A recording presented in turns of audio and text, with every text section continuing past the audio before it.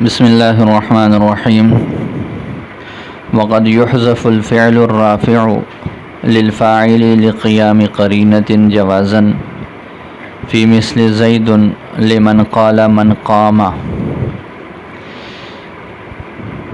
کل کچھ مختصر سی اس کی وضاحت آ گئی تھی کہ فاعل کی تعریف کے بعد جو فاعل کا عامل ہے اس کو رفع دینے والی چیز ہے اس کا تذکرہ شروع فرمایا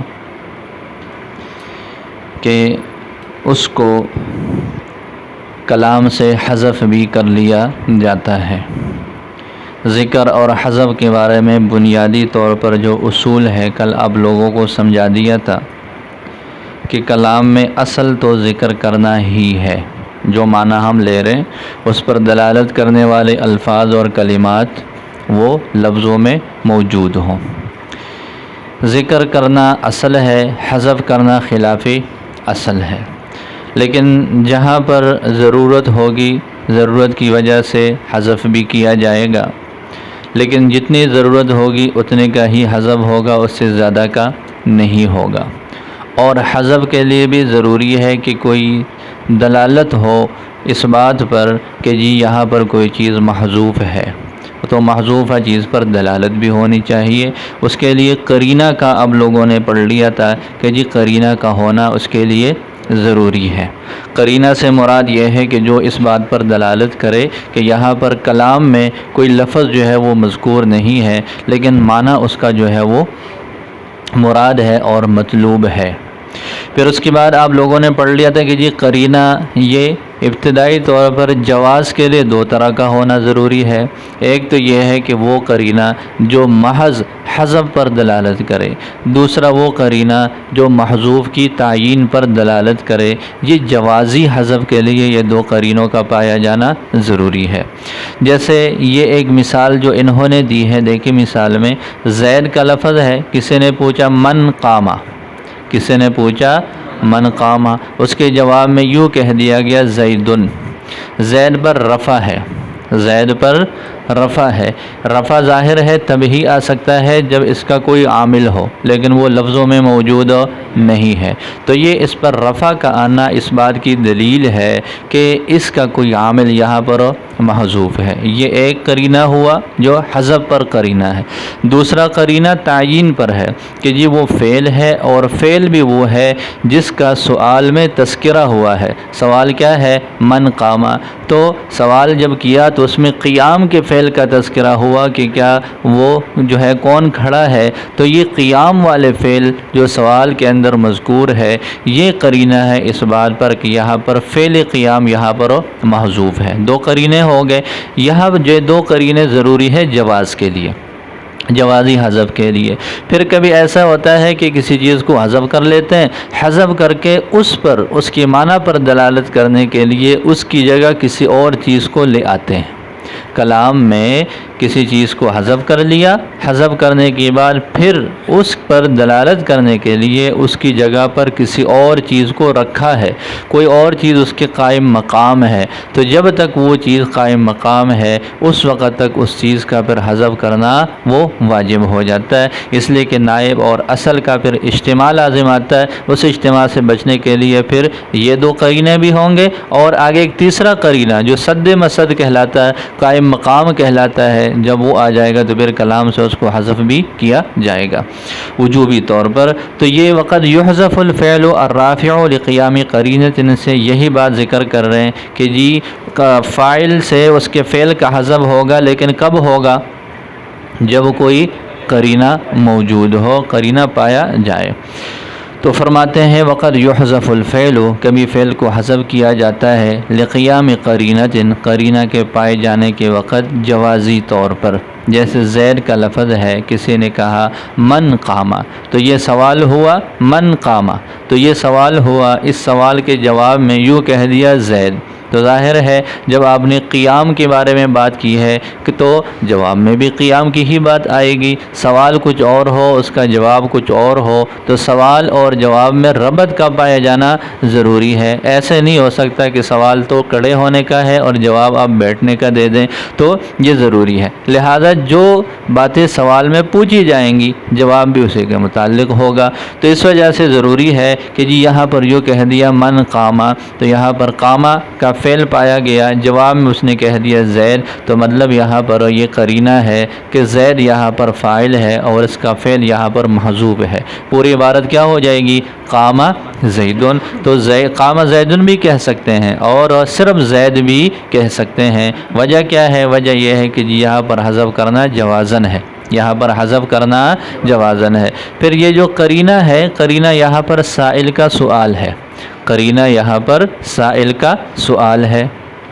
جی سلام, ٹھیک ہے, ہو گیا, بات ہو گئی. تو قرینہ کیا ہے؟ سائل کا سوال ہے. سوال کرنے کا طریقہ اور اس کا جو ہے وہ دو طریقے سے سوال ہو سکتا ہے, لفظاً ہو اور معنن ہو, جس کو دوسرے لفظوں میں ہم یوں کہہ دیں سوال محقق اور سوال مقدر. ٹھیک ہے, تو یہ جو صورت ہے یہ سوال محقق کی ہے کہ لفظوں میں ہی سوال موجود ہے. یہ سوال من قاما یہ لفظوں میں ہی موجود ہے. آگے ایک صورت اور ذکر کی ہے جہاں پر سوال لفظوں میں موجود نہیں ہے. تو کیا پڑھا اب لوگوں نے؟ قاعدہ کیا پڑھا کہ جی فعل کو کبھی جو ہے وہ حذف بھی کر لیتے ہیں, جوازن بھی حذف کر لیتے ہیں, وجوباً بھی حذف کر لیتے ہیں جہاں پر کوئی قرینہ موجود ہو. اور جیسے اس مثال میں من قاما, یہاں پر قرینہ جو ہے وہ سائل کا سوال ہے. جب اس نے سوال کیا تو اس کے جواب میں زید کا لفظ کہنا یہ کافی ہے. یہاں پر زید فاعل ہوگا اور اس کا فعل یہاں پر محذوف ہوگا, یا پھر یہ ہے کہ یہ من قامہ جو ہے وہ فعل یہاں پر وہ نکالے جائے گا. دیکھیں فقد یحذف الفعل, شرح کی عبارت دیکھیں, الفعل کے بعد الرافع للفاعل کا لفظ نکالا ہے. الرافع للفاعل کا لفظ ایک اعتراض ہو رہا تھا متن کی عبارت اور اس کا جواب ہے. اعتراض یہ ہے کہ جی بات تو فاعل کی چل رہی ہے, بحث کس کی چل رہی ہے؟ مرفوعات کی چل رہی ہے, اور مرفوعات میں سے فاعل کی بحث چل رہی ہے. تو آپ نے درمیان میں فعل کی بحث شروع کر لی کہ یہ فعل کو ذکر کرتے ہیں, فعل کو حذف کرتے ہیں. تو یہ تو خروج عن المبحث ہے, یہ تو خروج عن المبحث ہے. تو اس کا جواب یہاں سے آگے دیا ہے. ایک تو یہ سوال. دوسرا سوال یہ ہے کہ جی آپ صرف بات فعل کی کرتے ہیں, آپ بات صرف کس کی کرتے ہیں؟ فعل کی کرتے ہیں, جبکہ شبہ فعل کا بھی یہی حکم ہوتا ہے. فاعل تو فعل کا بھی ہوتا ہے اور شبہ فعل کا بھی ہوتا ہے. جیسے فاعل کے احکامات ہیں ویسے شبہ فعل کے بھی احکامات ہیں, تو اس کو آپ ذکر ہی نہیں کرتے. پہلے بھی ایسے کیا, تو اس کا جواب دیا الرافع للفاعل سے. دونوں سوال اس ایک جواب سے ختم ہو جاتے ہیں کہ جی الفعل سے مراد الرافع للفاعل ہے. مطلب اگر ہم فعل سے بحث کرتے ہیں تو محض اس حیثیت سے نہیں کہ وہ ایک فعل ہے, کلمہ کی ایک قسم ہے, بلکہ یہ ہے کہ وہ فعل جو کہ فاعل کے لیے رافع ہو. تو گویا کہ یہ بھی بحث کس کے ہے؟ وہ بھی یہ بھی فاعل سے جڑی ہوئی بحث ہے, یہ کوئی زائد بحث نہیں ہے. تو یہ خروج عن المبحث نہیں ہے, مطلقاً فعل کی بات نہیں ہو رہی بلکہ اس فعل کی بات ہو رہی ہے جو رافع للفاعل ہو.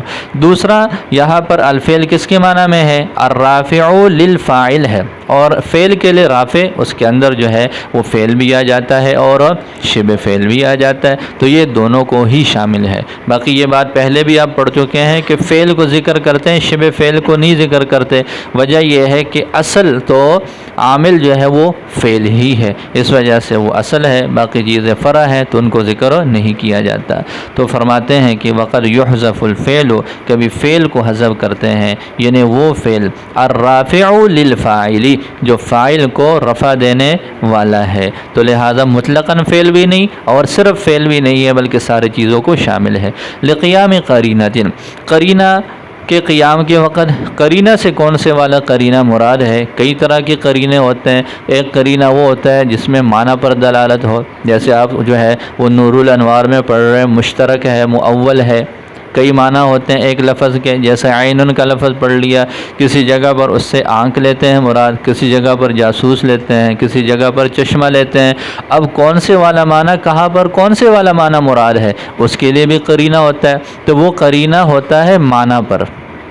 تو یہاں پر کون سا قرینہ مراد ہے، تو فرماتے کہ یہاں پر معنی پر دلالت کرنے والا قرینہ مراد نہیں، بلکہ وہ قرینہ مراد ہے جس سے محذوف کی تعیین پر دلالت ہو، وہ قرینہ مراد ہے جس کی محذوف کی تعیین پر دلالت ہو جائے۔ لقیام قرینۃ، قرینہ کے پائے جانے کے وقت، یعنی وہ قرینہ دالۃ علی تعیین المحذوف، جو محذوف کی تعیین پر دلالت کرنے والا ہے۔ جوازن، جوازن کے بعد عبارت نکالی ہے حذفاً جائزاً۔ یہ عبارت یہاں پر سمجھ لیں، آگے کئی مقام پر اس طرح کے جو ہے وہ آ رہے ہیں، جوازن کا لفظ آتا ہے، وجوباً کا لفظ آتا ہے، اور اس کے بعد یہی ایک ہی طرح کی عبارت نکالی جاتی ہے حذفاً واجباً اور حذفاً جائزاً۔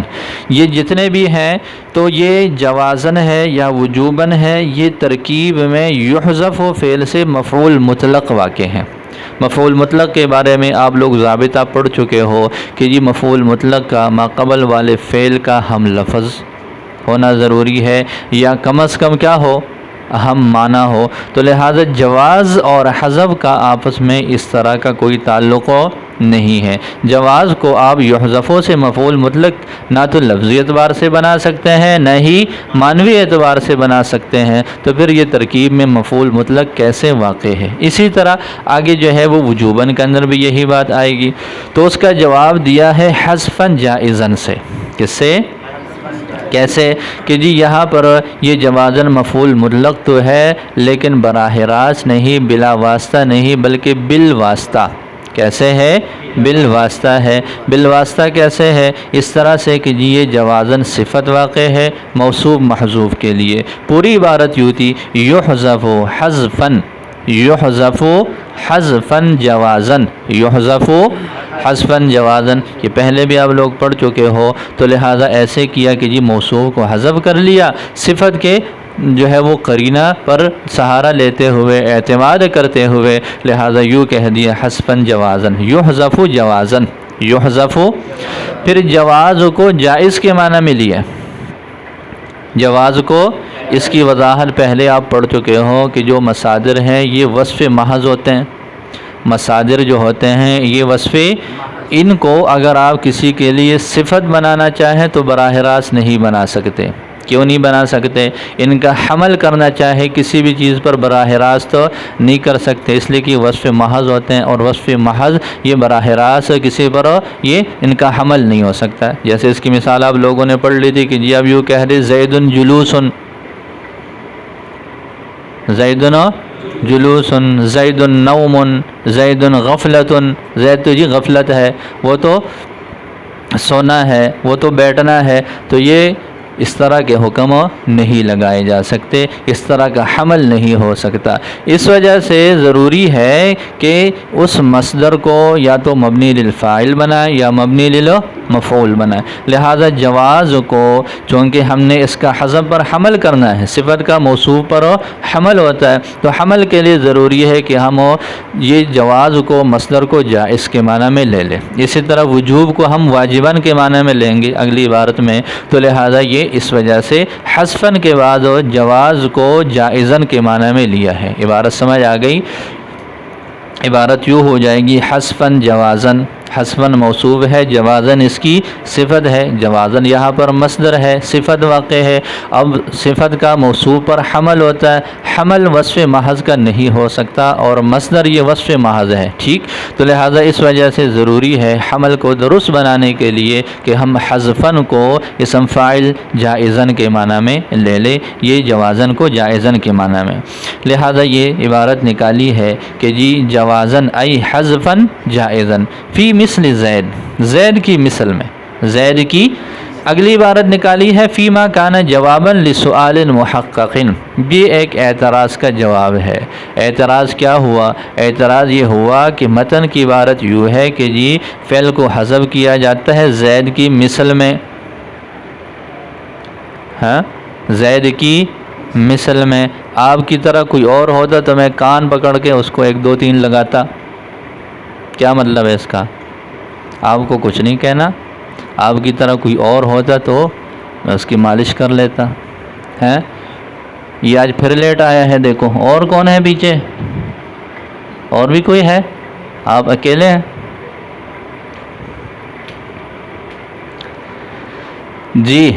تو اسامہ کی طرح کوئی اور ہوتا تو اس کو اپنے پاس بلا کے اس کے کان گرم کرتا، لیکن چونکہ یہ لاہوری ہے اس وجہ سے اس کو کچھ نہیں کہنا. تو مثل کا لفظ کیا ہوتا ہے؟ مثل کا لفظ مطلب یہ ہے، یوں کہا ماتن نے کہ جی زید کی مثل میں فعل کو حذف کیا جاتا ہے. مطلب تو اس کا یہ ہوا کہ زید میں نہیں کرنا، حالانکہ یہ تو واقعے کے خلاف ہے. پہلے سب سے پہلے تو اس زید سے اس کے فعل کو حذف کیا گیا ہے. تو یہاں پر یہ ایک اعتراض کی سمجھ آ گئی. تو یہ ایک اعتراض ہے. فیما کانا سے اس کا جواب دیا. سما بیٹھ جاؤ.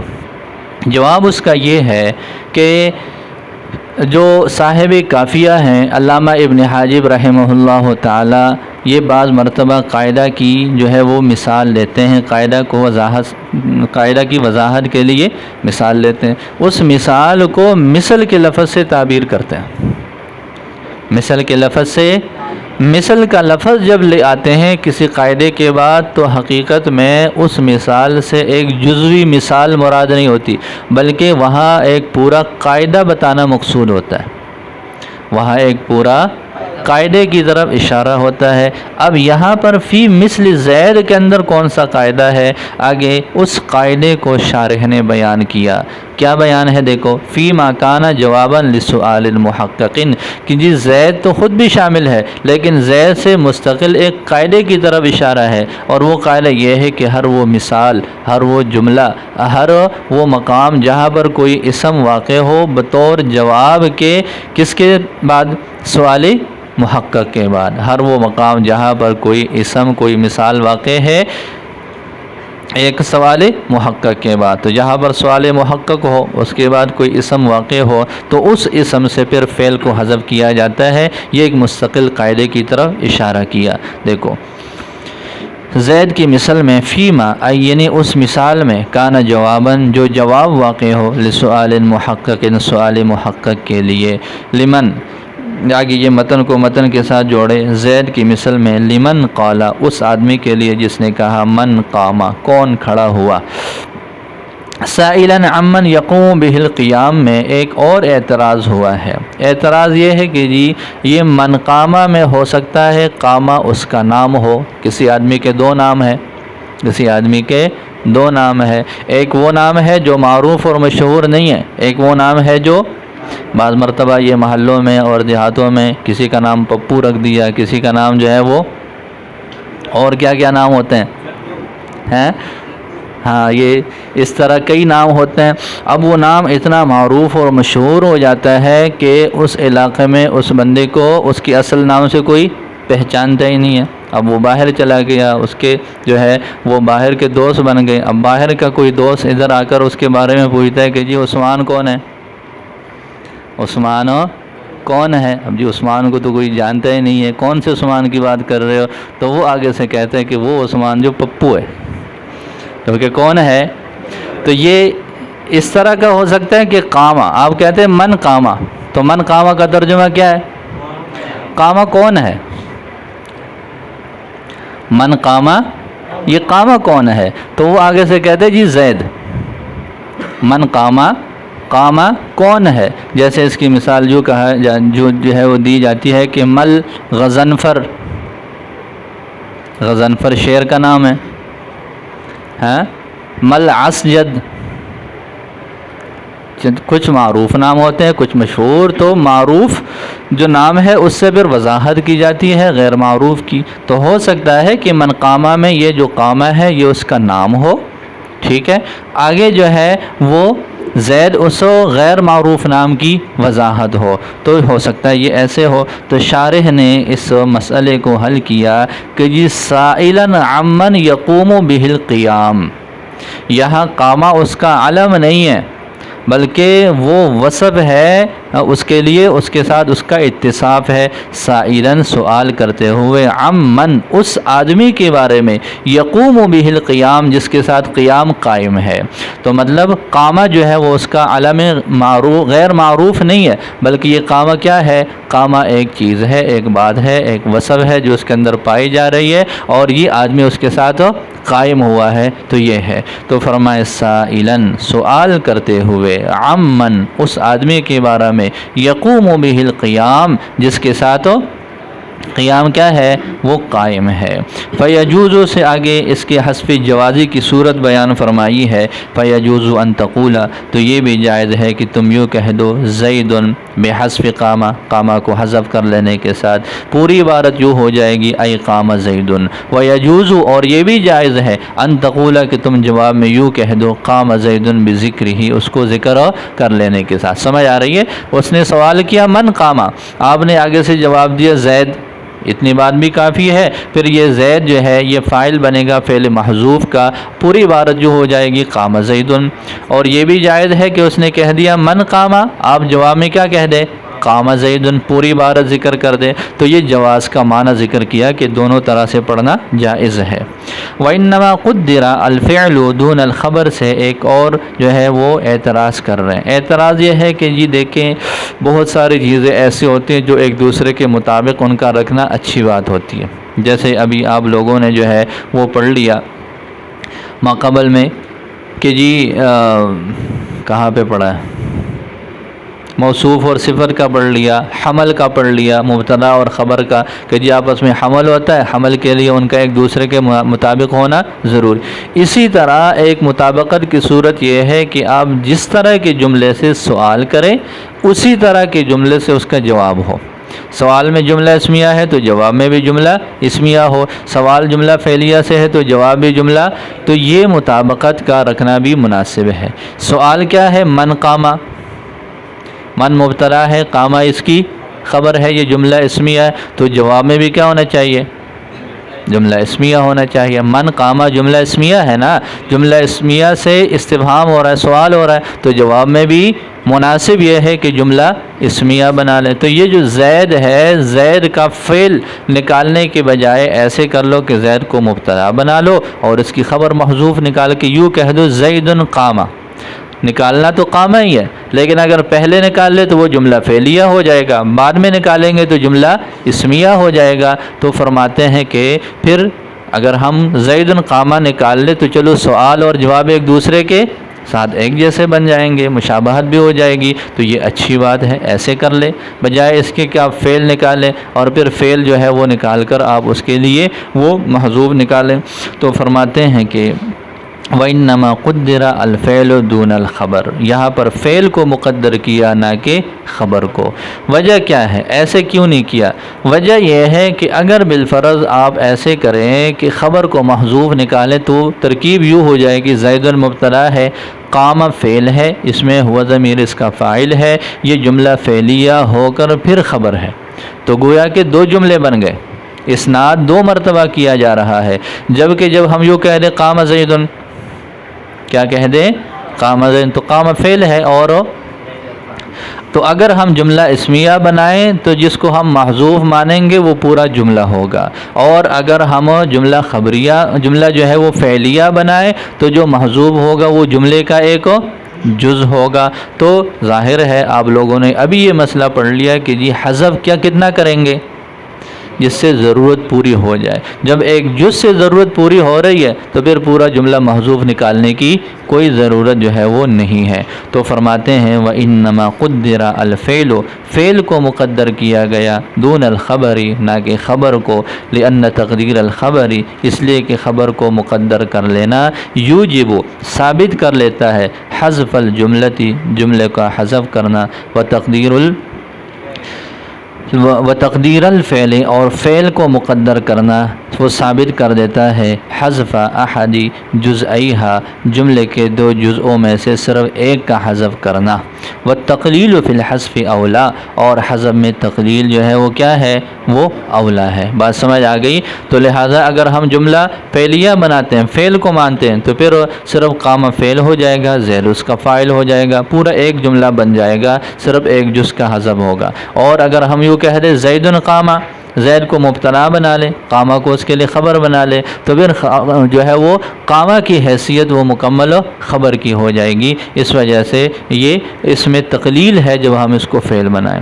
باقی جو انہوں نے استدلال بنایا ہے کہ جی دونوں میں مناسبت کا ہونا ضروری ہے سوال اور جواب میں، اس کا بھی جواب دیا جاتا ہے کہ اصل میں جو استفہام ہے، جو سوال کرنا ہے، اس میں بھی معنوی اعتبار سے جملہ فعلیہ ہے۔ پوری عبارت جو تھی اقام زید ام عمر ام خالد ام بکر ام سمی ام عثمان ام حسن، یہ سارے کے بارے میں پوچھا کہ جی ان میں سے کون کھڑا ہے، یہ کھڑا ہوا ہے، وہ کھڑا ہوا ہے، وہ کھڑا ہوا ہے، وہ کھڑا ہوا ہے، تو آپ جواب میں کیا کہتے ہیں؟ زید۔ تو گویا کہ سوال سب کے بارے میں پوچھا جا رہا ہے کہ ان سب میں کھڑا کون ہوا، تو اصل جو سوال ہے یہاں پر وہ تو جملہ فعلیہ ہی ہے، اقام زید ام عمر ام خالد، لیکن اب سب کے بارے میں پوچھنا تو مشکل ہے۔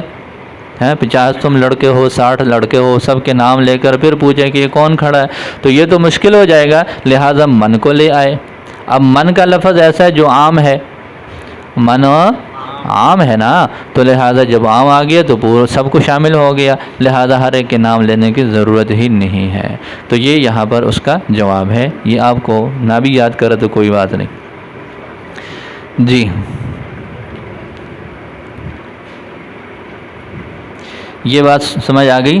تو لہٰذا ابھی تک آپ لوگوں نے کیا مسئلہ پڑھا کہ جی فاعل سے اس کے فعل کو، فعل رافع کو حذف بھی کیا جاتا ہے جب کوئی قرینہ موجود ہو۔ قرینہ کی دو صورتیں ہیں، لفظی ہو اور یا پھر جو ہے وہ کیا ہو، معنوی ہو۔ لہذا پہلی صورت قرینہ لفظیہ کی دی ہے جو سؤال محقق ہے، کسی نے پوچھا من قامہ، اس کے جواب میں صرف زید کہہ دینا یہ کافی ہے اور اس سے بات پوری ہو جائے گی۔ یہاں پر زید فاعل ہے اور اس کا فعل قامہ یہاں پر محذوف ہو جائے گا اس قرینہ لفظیہ جو کہ سؤال ہے اس کے قرینہ سے۔ سمجھ آ گئی؟ اگلی بات یہ پڑھ لی کہ یہاں فعل کو ہی حذف کریں گے، خبر کو حذف نہیں کریں گے، اس لیے کہ فعل کو حذف کریں گے تو ایک جز کا حذف لازم آتا ہے، خبر کو حذف کرتے ہیں تو پورے جملہ کا حذف کرنا لازم آئے گا، جو کہ صحیح نہیں ہے۔ چلو بس کرو، کافی ہے آج۔